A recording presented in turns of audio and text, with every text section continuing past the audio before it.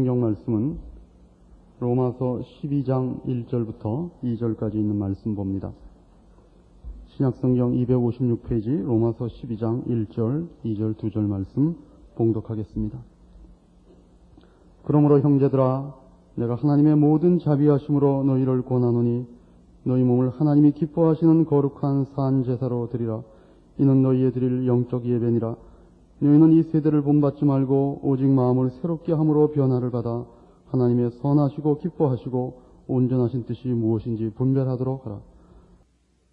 생각할 말씀 봅시다. 지난주에 이어서 하나님의 모든 자비하심으로 구원 얻은 성도들에게 무엇을 요구하셨는가? 우리 몸을 하나님이 기뻐하시는 거룩한 산제사로 드리라는 요구를 이제 받습니다. 이 말씀은 생각해 볼 그 내용이 깊고도 매우 넓습니다. 이 부분에 대한 오해가 사실은 대부분의 성도들에게 일어나고 있기 때문에 이 부분은 참 많이 다뤄야 되고 깊이 다뤄야 할 문제인 줄로 압니다. 오늘 이렇게 다 모아서 이 한 번의 설교로 설명하기엔 사실 너무나 깊은 것이지만 그렇다고 또 뭐 이렇게 길게 늘려서 하기에는 너무 더 자질구레해집니다. 그 원리와 내용을 깊이 이해하셔서 여러분 신앙생활에 아주 중요한 하나의 원칙과 그 분별력으로 삼기를 바랍니다. 하나님께서 우리에게 요구하시는 것은 영적 예배입니다. 그런데 그 영적 예배라 하면 우리가 생각할 때 하나님이 우리에게 진심을 요구하시고 순전함을 요구하실 것으로 생각이 되지 않습니까? 조금 더 이상적이고 좀 이렇게 관념적인 느낌이 드는데 그렇게 안 하고 우리 몸으로 영적 예배를 드리라는 것입니다. 바로 여기에 이 부분에 대한 핵심되는 설명이 들어있는 셈입니다. 우리가 드리는 하나님 앞에서의 영적 예배는 생각을 바치거나 진심을 바치거나 이상을 바치는 것이 아니라 실제적으로 우리 자신을 바치는 것임을 성경이 요구하고 있습니다. 말로 하는 것이 아닙니다. 생각으로 하는 것이 아니고 우리의 어떤 진심과 정성과 감동을 바치는 것이 아니라 실제로 우리를 바쳐야 되는 것입니다. 그래서 요즘 이런 생각을 해보십시오. 이 군대를 생각할 때 육해공군이 있고 육군만 해도 무슨 보병, 기갑, 수송, 무슨 혹은 여러 가지 병과가 있습니다만 모든 군인 중에 최고가 되는 병과의 꽃은 보병입니다. 의사들 중에는 말하자면 외과를 옛날에는 의사의 꽃이라 그랬습니다. 요즘은 좀 또 의미가 달라졌습니다만은 병과의 꽃은 역시 보병입니다. 왜냐하면 비행기로 가서 폭격을 하고 함포 사격을 하고 어떻게 해서 상대방을 물리쳤다고 해서 그게 우리 땅이 되질 않기 때문입니다. 우리의 땅은 우리 군인이 군홧발로 올라선 데까지가 우리 땅이 되는 겁니다. 적군을 물리친 것으로 내 땅이 아니고 아군이 서서 앉아있는 자리까지 우리 땅입니다. 그래서 보병의 가치는 제일 가는 것입니다. 화력으로 따지면 무슨 뒤에서 쏘는 포가 더 세지요. 포병이 하는 일이 더 많을지도 모르고 공군기 하나 뜨면 그거 대단한 일입니다만은 그럼에도 불구하고 모든 점령은 우리 아군의 군홧발이 찍히는 자리까지인 것입니다. 그래서 우리도 우리 자신이 어떻게 하나님 앞에 정성과 진심과 열심과 소원을 가지고 있느냐는 내가 움직이고 내가 가기 위한 목표와 어떤 지식과 방법에 관한 것이어야지 그것만 잘라져 올라가 있는 것으로는 그것은 거룩한 산제사가 아니요 영적 예배가 아닙니다. 특별히 이 부분은 사도 바울이 이렇게 너희 몸을 영적 예배로 드리라 라고 요구한 가장 큰 시대적 배경은 이스라엘 백성들이 하나님 앞에 어떤 제사를 드리거나 예배를 한다는 의식을 드리는 것으로 저들이 할 종교적인 책임을 다했다고 오해했던 데 기인합니다. 할례를 받았다든가 율법을 지키고 있는 것으로 자기네들은 하나님 앞에 바쳐야 할 어떤 종교적인 모든 책임을 완수했다고 생각했기 때문에 사도 바울은 그렇지 않다는 것을 더욱 이런 식으로 강조하는 것입니다. 그러나 오늘날 우리에게 있는 것은 어떤 의식과 어떤 책임을 다하는 것으로 우리가 이 문제를 다했다고 생각하기보다는 영적 예배라는 말 때문에 이것이 현실적이지 않고 어떤 초월적인 이상주의로 흘러가 버리는 관념론으로 흐르는데 훨씬 큰 문제가 있다고 생각합니다. 제사로 우리를 드린다는 것은 제사는 언제나 그렇듯이 바쳐진 사람의 정성이요 신앙 고백일지라도 바쳐진 제물은 더 이상 자기의 소유가 아니고 자기의 권리하에 있지 않습니다. 그것을 바친 대상의 것이 됩니다. 모든 제물은. 그래서 그 제물에 대한 소유와 그 처치의 권리가 그쪽 제물이 바쳐진 대상에게 있습니다. 그러니까 우리를 하나님 앞에 제물로 바친다는 것은 더 이상 우리의 존재와 우리의 어떤 결정과 우리의 인생이 우리 손에 있지 않는 것을 말합니다. 그럼 잘 보십시오. 얼마나 우리가 쉽게 이 문제를 틀리느냐 하면 우리는 어떤 것, 말하자면 헌금을 바친다든가 예배를 본다든가 종교적인 어떤 행사에 참여함으로써 우리는 얼마나 떳떳하게 이렇게 하나님이 요구하시는 걸 해드렸으니까 이제는 내 소원도 들어주십시오라고 나옵니까? 그렇지 않습니까? 그게 아니라 우리를 바치라 말이죠.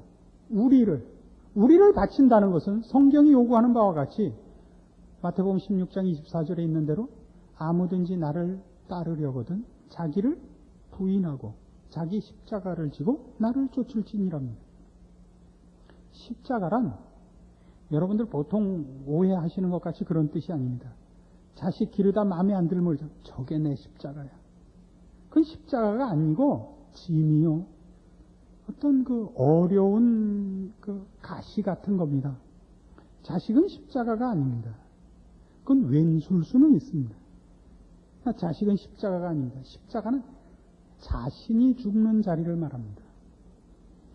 그러니까 예수 그리스도를 따르려면 신자된 자가 맨 처음 가져야 되는 원칙이 뭐냐면 자기를 부인하고 자기 십자가를 지는 겁니다. 즉 나에 대해서, 나의 존재에 대해서 내가 주인이 아니며 나의 인생에 대해서 내가 권리가 없습니다. 우리는 하나님의 뜻에 복종키로 한 것입니다. 그래서 성경을 여러분이 잘 보시면 신앙의 대표되는 최고의 핵심되는 내용을 순종으로 요구하고 있는 것을 봅니다. 하나님이 우리의 주인입니다. 하나님이 나와 나의 인생에 대해서 권리를 가지십니다. 우리는 하나님이 하라는 것을 하며 하나님이 하지 말라는 것을 안 합니다. 그래서 사도가 아니라 바울이 아니라 사울. 이게 해마다 늙어요. 사울하고 사도 바울의 전 이름 사울하고 같아서 이게 이렇게 뭉쳐서 나타나요. 이게 가는 데는 순서가 없다는 거 아닙니까? 이 사울 왕이 무엇으로 왕위가 폐위되느냐 하면 하나님 말씀 안 들어서죠.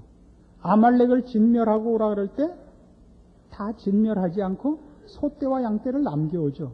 핑계가 뭐였습니까? 하나님께 제사하려고 그랬습니다.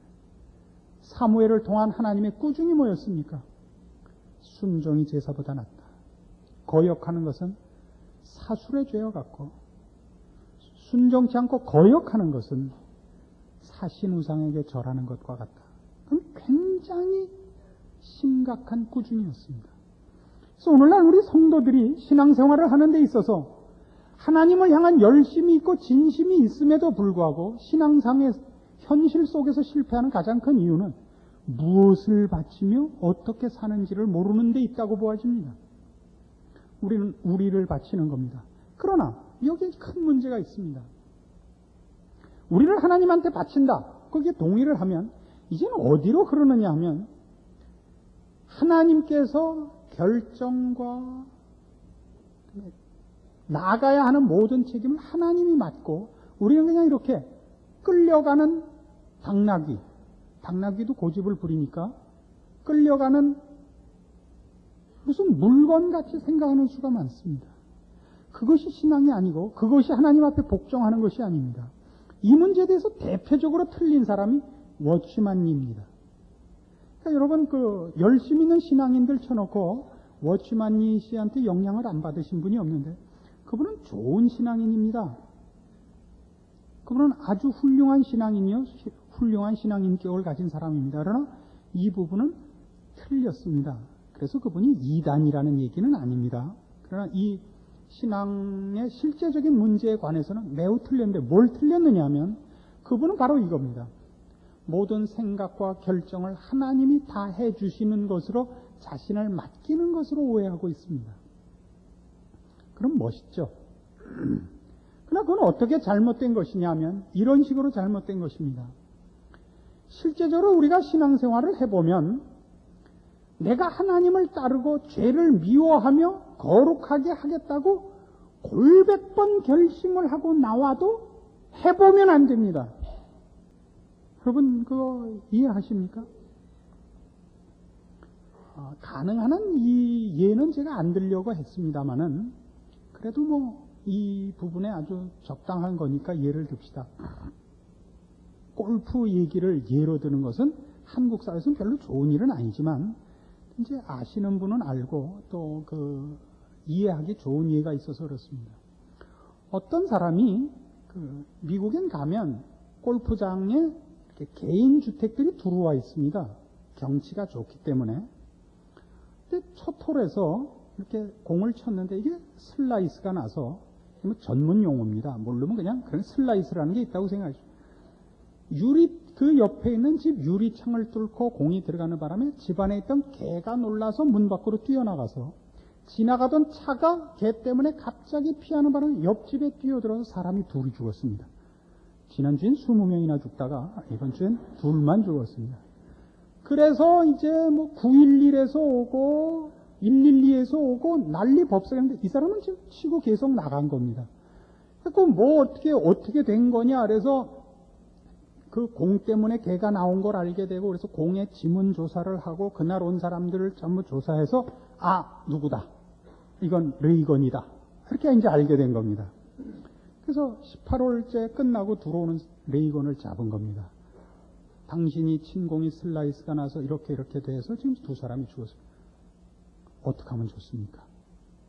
그래서 경찰이 뭐라고 대답했는지 그러니까 공을 칠 때는 대가리를 딱 쳐박고 움직이지 말고 치십시오. 골프를 치는 데서 제일 중요한 게 대가리를 안 쳐들어야 되는 겁니다. 그래서 대가리를 쳐박고 치십시오. 이렇게 끝난 겁니다. 이 얘기가. 골프 치는 사람 치고 그걸 모르는 사람 없습니다. 대가리를 쳐박고 친다. 쳐박고 이렇게 치거든요. 목숨을 다하고 뜻을 다하고 성품을 다해서 대가리를 쳐박고 치면 올라와 있는 겁니다. 신앙생활이 그렇습니다.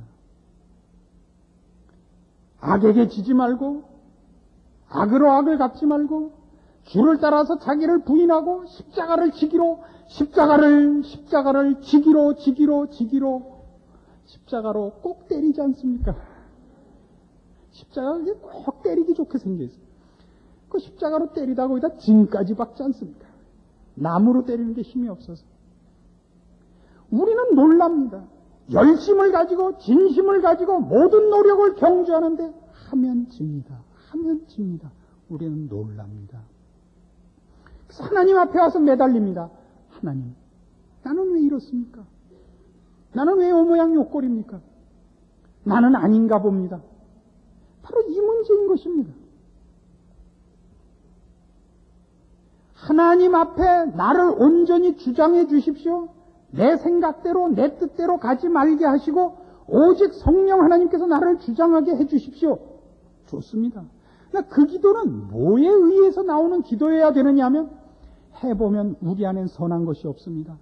선한 의지와 뜻을 가져도 되지 않습니다라는 비통에 찬 절망과 아우성 속에서 나오는 것이어야지 가만히 앉아서 하나님, 난 이 문제 책임지지 않겠습니다. 하나님이 오셔서 다 해주십시오.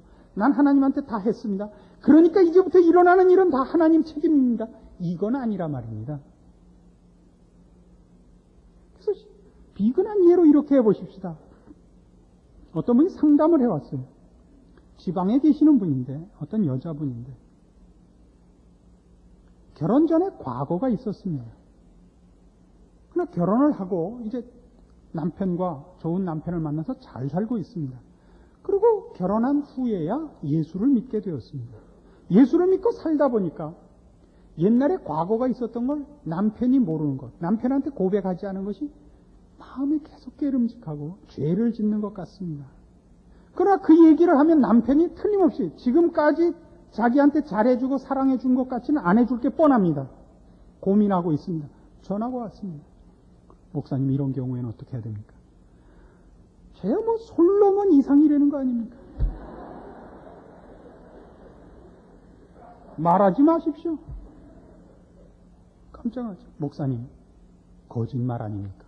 아니요, 그건 거짓말이 아닙니다.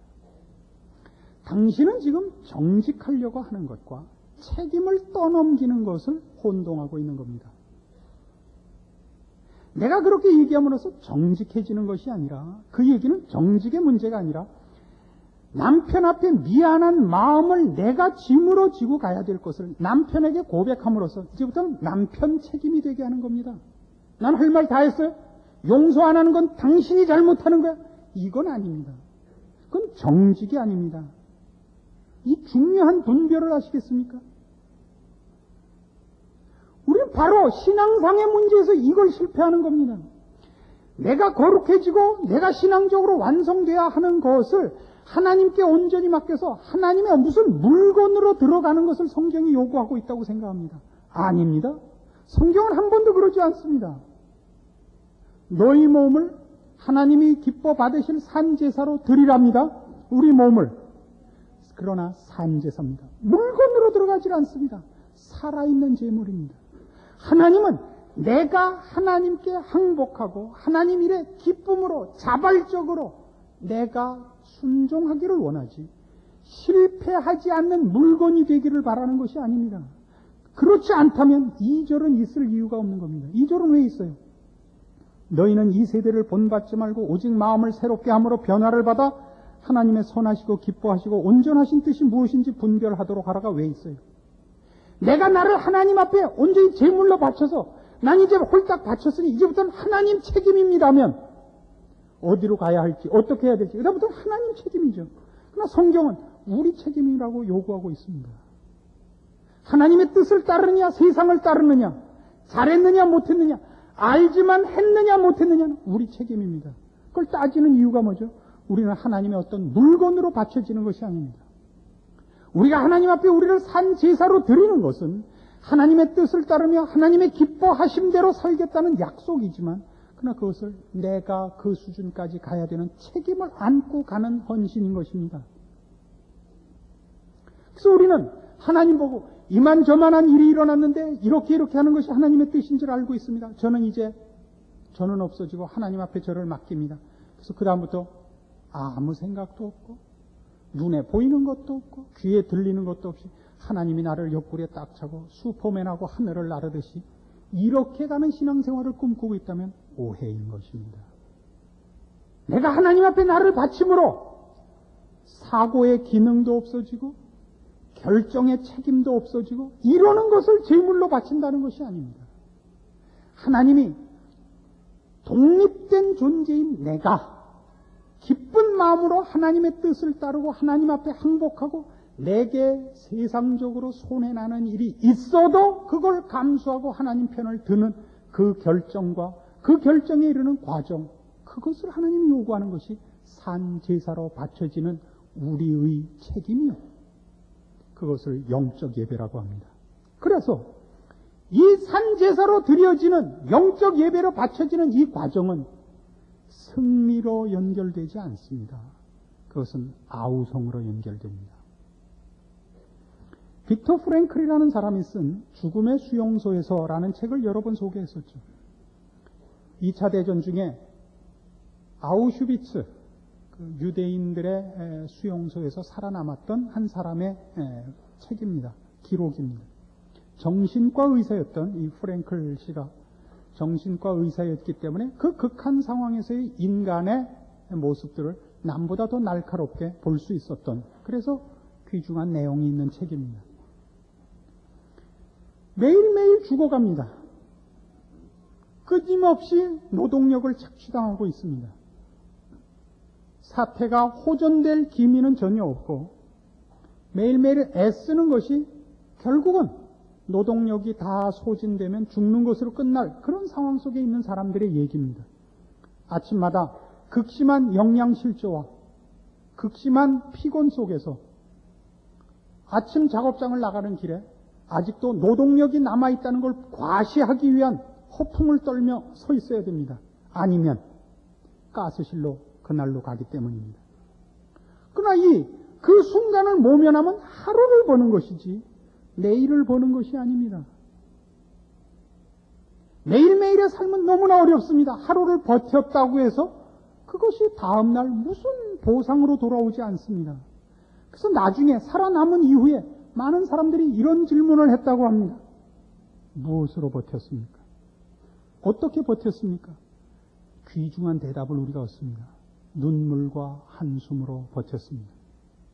눈물과 한숨은 이기려고 하는 사람만의 특징입니다. 누가 웃느냐? 드디어 포기한 사람만 웃는 것입니다.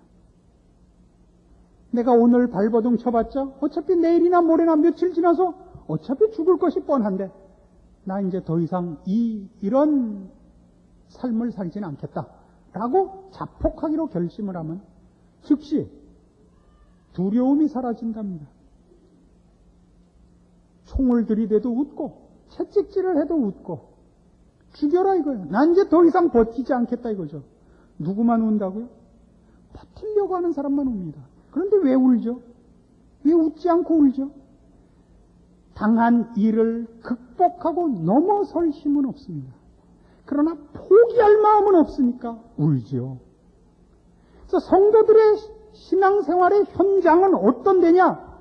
거긴 피범벅, 눈물범벅이 되는 것입니다.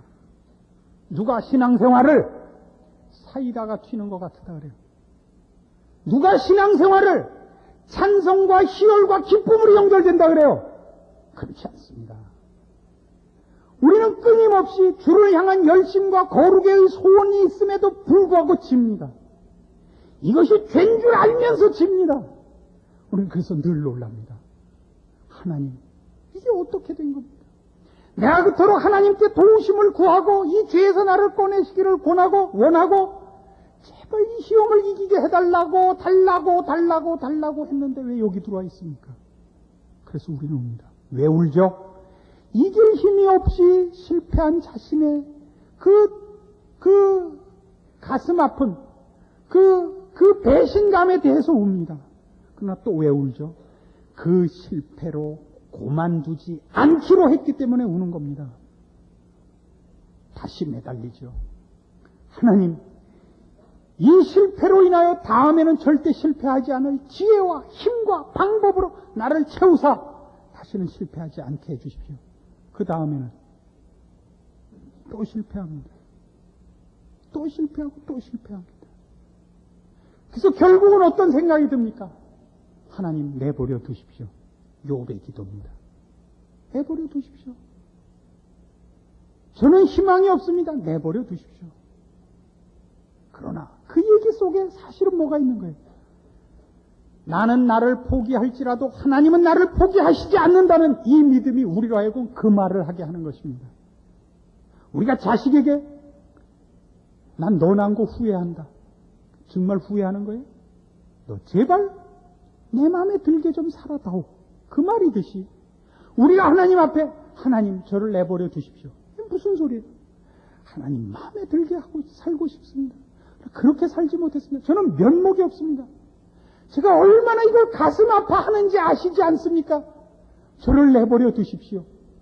그러나 이렇게까지 가슴 아파한 것을 절대 잊지 말아 주십시오. 이게 그 속에 들어있는 아우성인 것입니다. 인애하신 구세주여 내 말 들으사 죄인 오라 하실 때 날 부르소서. 그거요. 우리의 모든 아우성은 처절한 절망의 몸부림은 아닙니다, 사실은. 자신에 대한 절망이지만 동시에 내가 나 혼자 책임질 그런 인생이 아니라 하나님이 책임지고 있음을 기억하고 다시 하나님 앞에 덤벼드는, 다시 올라가 그 손을 붙잡는 신앙 행위인 것입니다. 그리고 성경은 그것이 영적 예배라고 합니다. 영적 예배라고 하면 모두가 거룩한 얼굴로 어떤 시험도 그를 비켜가는 거룩무쌍한 사람끼리 둘러보며 눈을 내리깔고 비웃음에 찬 엄숙을 떠는 그런 모임이 아닙니다. 마음속 깊은 곳에 피눈물이 흘러내리고 혹시 누가 나의 이 실패를 할까 전전긍긍하며 눈을 마주치지 못하고 나와 머리를 숙여 아버지 하나님 나를 불쌍히 여기소서. 하나님이 나를 위하여 예수 그리스도를 보내시지 않았습니까? 이 모든 실패와 이 모든 추악함에도 불구하고 제가 돌아갈 것은 주의 품밖에 없습니다. 내버리지 마시고 외면하지 마옵소서. 제 실패로 제 인생을 끝내지 않을 것을 믿습니다. 이게 영적 예배요. 이 아우성이 있는 자만이 머리로가 아니요 말로가 아니요 자신의 전 존재를 하나님 앞에서 거룩히 살고자 애쓰는 복된 인생을 사는 신자의 모습인 것입니다. 말로 하면 쉽죠. 얼마나 많은 교우들이 나는 저렇게 할 바엔 안 해. 이것으로 자신을 기만하고 있는지 모릅니다. 세상 사람들이 예수를 안 믿는 가장 큰 이유가 뭡니까? 목사가 이렇더라, 장로가 이러더라, 교회가 이러더라. 그래서 안 믿는다는 거예요. 그건 뭐와 같은지 아세요? 난 한문이 어려워서 난 안 배워. 그 소리와 방불합니다. 그게 무슨 자랑이에요. 우리 시절에 문교부 장관이 바뀔 때마다 한문을 해라 마라 해라 마라. 그래서 한문 모르는 사람이 됐어요. 우리 딸애는 이름이 수진인데 숫자가 아주 어려워요. 이삭 숫자를 제가 해줬어요. 이삭 숫자가 어떻게 쓰는지 모르겠죠. 우리 애가 공부를 무시무시하게 잘해요. 전 과목을 올백을 받았는데 한문에서 딱 하나 틀렸어요. 자기 이름을 한문으로 써라. 그리고 와서 저한테 땡깡을 부렸어요. 왜 어려운 이름을 써줬냐 이거예요. 우리는 한문을 모릅니다. 그래서 한문을 모를 때마다 뭐라고 핑계를 대죠? 그때 문교부 장관이 배우지 말라 그래서 안 배웠다고. 그리고 누가 모르는 거예요? 내가 모르는 거예요. 목사가 이렇다, 교회가 이렇다라고 얘기해서 저들은 자기네 안 믿는 것을 변명해요. 실제로는 처음부터 믿고 싶은 마음이 없는 거죠. 우리가 우리말 아닌 영어 때문에 고생을 하는 적이 한두 번이 아닙니다. 미국에 여행을 가보십시오. 무슨 소리인지 모르죠. 왜 미국 놈들은 영어를 하죠? 한국말 안 하고? 망할 놈들이? 그건 핑계가 되질 않습니다. 우리의 신앙생활은 누구를 보고 난 저렇게 할 바엔 안 해. 저건 신앙도 아니야. 이런 얘기를 하는 건 본인이 하지 않은 탓입니다. 해보십시오. 우리는 아무도 탓할 수가 없습니다. 아무도 손가락질을 할 수가 없습니다. 해보십시오. 얼마나 힘든 싸움인지 모릅니다. 그러나 그걸 하지 않으면 여러분은 여러분의 몸을 산제사로 바치지 않은 것이요. 영적 예배를 드리지 않는 것입니다. 여러분은 예배나 보고 헌금이나 내고 무슨 전도나 하고 그리고 하나님 나 이거 해드렸으니까 이제 이런저런 문제는 하나님이 내 편 들어서 내 욕심 채워줘야 됩니다. 라고 하나님과 감히 흥정을 하고 있는 사기꾼에 불과한 것입니다. 얼마나 높으냐 얼마나 거룩하냐의 싸움 하지 마십시오. 그 싸움을 하느냐 안 하느냐에 초점을 놓고 여러분의 신앙생활을 돌아보십시오. 그래서 지금 어디에 있어도 좋습니다. 그건 아무 흉이 아닙니다. 시작하시고 포기하지 마십시오. 7번 넘어지면 8번 일어나십시오. 70번 넘어지면 71번 일어나십시오. 그리고 여러분이 여러분을 포기하는 날이 와도 하나님이 여러분을 포기하지 않는 걸 기억하십시오. 하나님의 모든 자비하심으로 권한 것입니다. 우리의 실패가 우리의 운명을 망치는 것 아닙니다. 하나님이 우리를 붙잡고 계십니다. 여러분은 승리할 수밖에 없는 복된 명령을 받고 있는 것이죠. 이것은 신자들의 특권인 줄 기억하셔야 할 겁니다. 기도하십시다. 하나님 아버지 은혜를 감사합니다. 우리가 하나님의 자녀 되었고 하나님의 기뻐하시는 뜻을 따라 우리의 몸을 산제사로 바칠 책임을 집니다. 그리고 그것은 우리의 특권이요 자랑입니다. 주를 의지하여 살며 주의 기쁘심을 따라 사는 인생의 복된 것을 우리로 알게 하사 우리가 절대 도망가지 말게 하시고 외면하지 말게 하시고 양보하지 말게 하옵소서. 주의 사람으로 사는 저희들 되게 하옵소서. 그리하여 매일의 삶 속에서 주를 만나며 주와 함께하며 우리의 더러움을 보며 한 걸음 한 걸음 주를 향하여 나가는 성실한 인내하는 충성된 주의 사람으로 살게 하옵소서. 예수님의 이름으로 기도합니다. 아멘.